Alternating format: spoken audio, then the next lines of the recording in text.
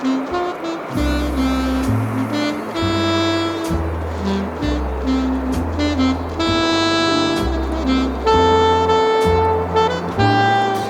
currently the end of January. The area has accumulated 17 feet of snow for the season so far. There's been salt on the roads now for 3 months, and today we're going to figure out what all that means for the ceramic coating on my truck.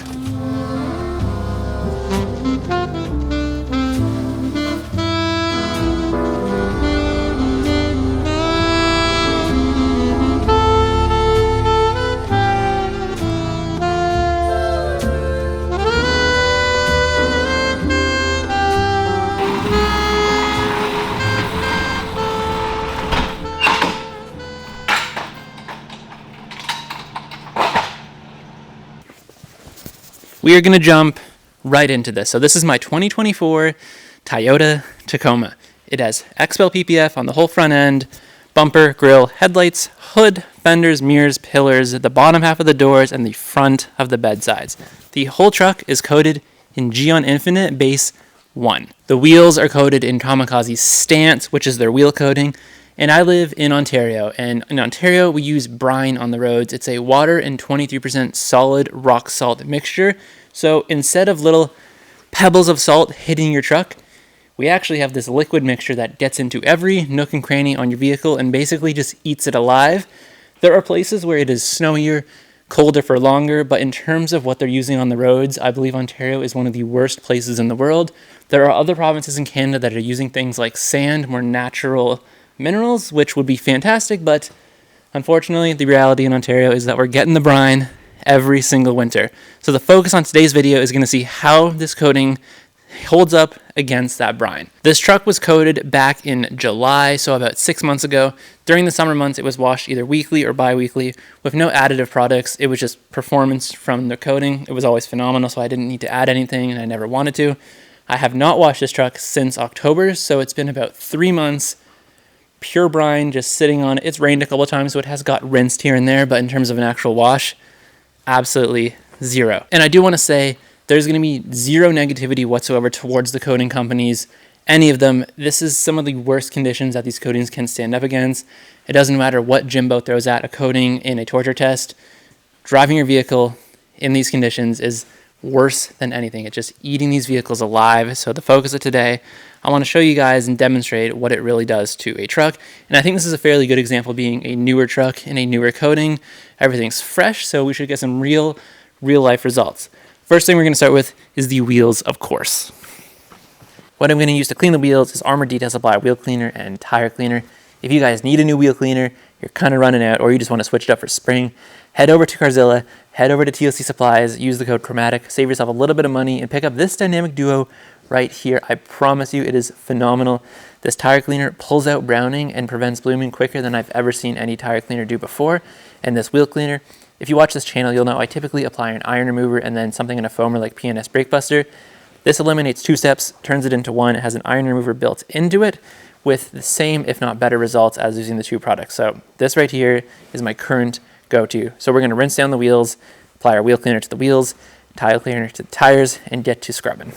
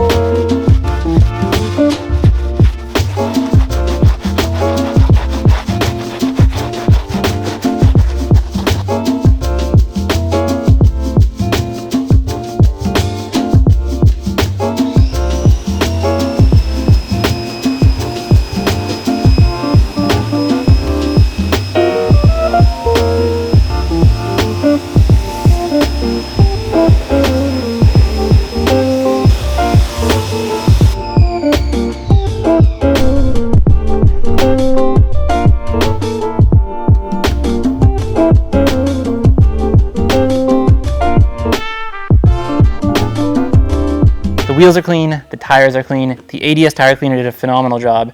Bigger tires like this, these are 35s, they're a lot harder to clean. They get a lot of browning on them, and these are right back to black, which is awesome and makes them a perfect canvas for when we go to dress.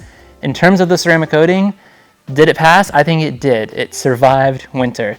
Now, it's not 100% perfect hydrophobics like it was a month after I coated it, but it's 100% still there, allowing them to be cleaned much, much easier than they would be if they weren't coated. Now, I will say, this wheel doesn't have access to the barrel, and it's either 0 spokes or 30 spokes, depending on how you want to look at it. This is going to hold the coating a bit better just because it doesn't have all that brake dust and debris coming from the inside of the wheel to the outside. So keep that in mind, but I think this is still 100% a pass. So we can move on to the wash first with an extremely thorough rinse, I think it's going to be.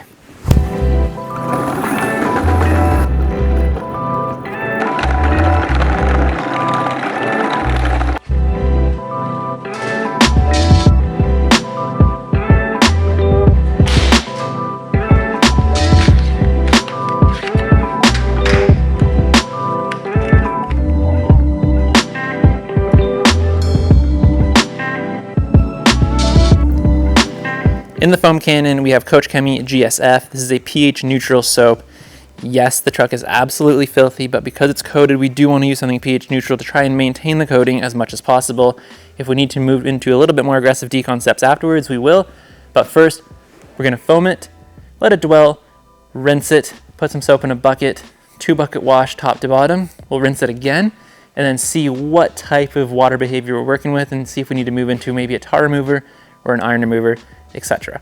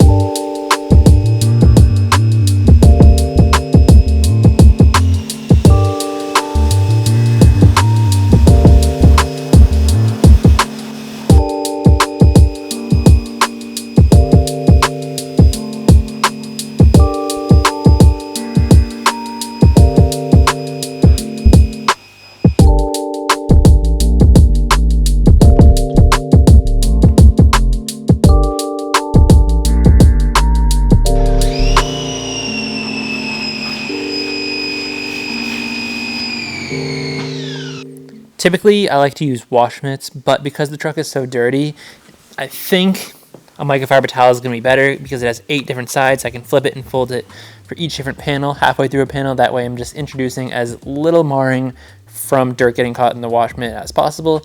Typically though, wash mitt from the rag company, but today, microfiber towel from the rag company.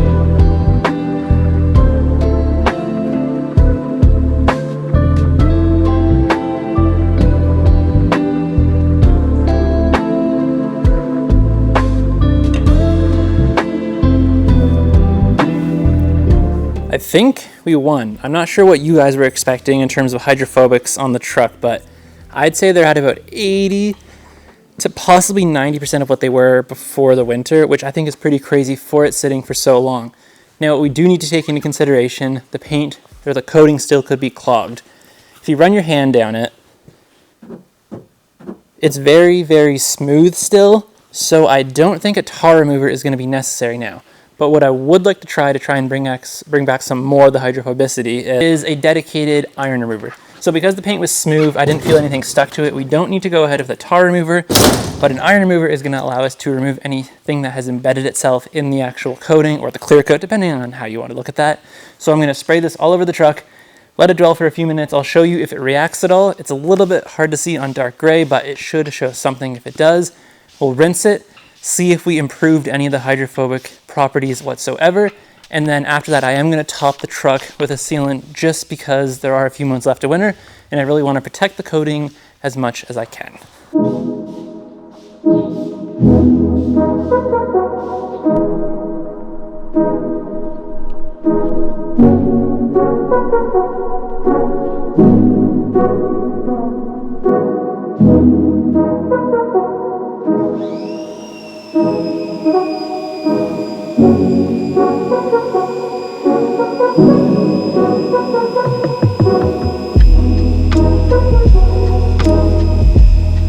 As expected, the mix of dark paint and using a camera lens and not your eyeballs made the iron remover quite difficult to show up on camera, but I'm 100% certain that it did improve the coating quite drastically. If you look at this panel here, the water is now beading and falling off the panel pretty much as if the coating was new. I'd say it's still not perfect, but the improvement over just the wash is pretty drastic.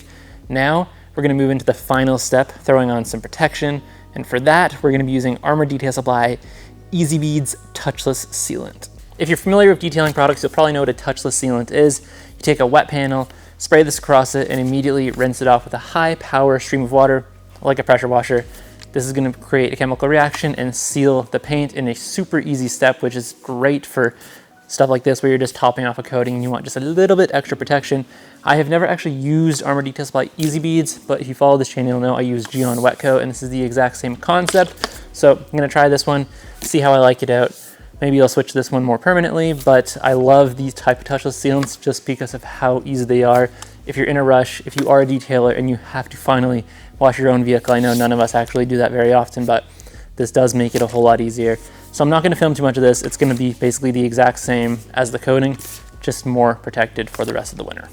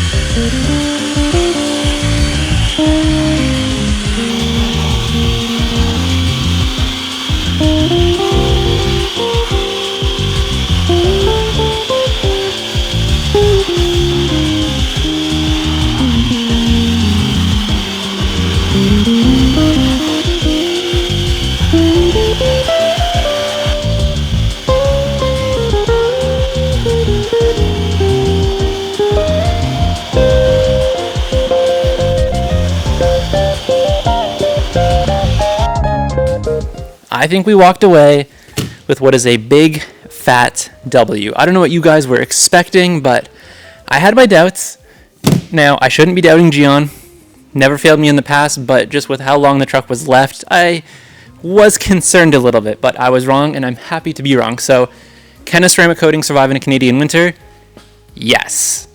Now, I would like to say just because the ceramic coating survived doesn't necessarily mean this was the best way to do it. So if you are going to coat your car and you want it to last as long as possible, and a Canadian winter happens to be in the cards for you, late October, early November, before the snow starts, load up whatever the coating company recommends, whether it's a wax, a sealant by them, put it everywhere on your vehicle. Absolutely everywhere. The thickest layer you can. Finish doesn't necessarily matter. All you want is protection. That'll give you a nice sacrificial layer going into the winter. And then if you can, I think at least a wash monthly will rejuvenate that. You can add another quick sealant, and this is just the best way to get through these winters. I know it's a lot of work, and especially when it's negative 30 outside, no one wants to actually have to wash their car or has the ability to wash their car. But if you do want to get the best results, this is the best option. Now, it's the end of January. I'm going to do my best to take better care of this for the rest of the winter. I'm going to try and do a wash every 2 weeks, given the temperature is a little bit warmer, and then possibly repolish and coat it in the spring. That's just my preference. We have the ability to do that here, and it's pretty quick now that there isn't really any defects in the paint. A couple hours and it's good to go. But I do believe this coating would outlast the winter into next winter. Absolutely no problem. If you made it this far in the video, thank you for watching. The links to every single product I use in the video is going to be in the description below, and you can use the code CHROMATIC to save yourself 5% at CARZILLA. It's a family-run business who have been great to me, and they've been great to you guys as well. They have everything you need for auto detailing and garage accessories. I'm going to end this out with a couple shots of the truck. You can see how it looks, and then there's going to be a Tacoma video coming up for those of you who are interested in this truck, not just the detailing.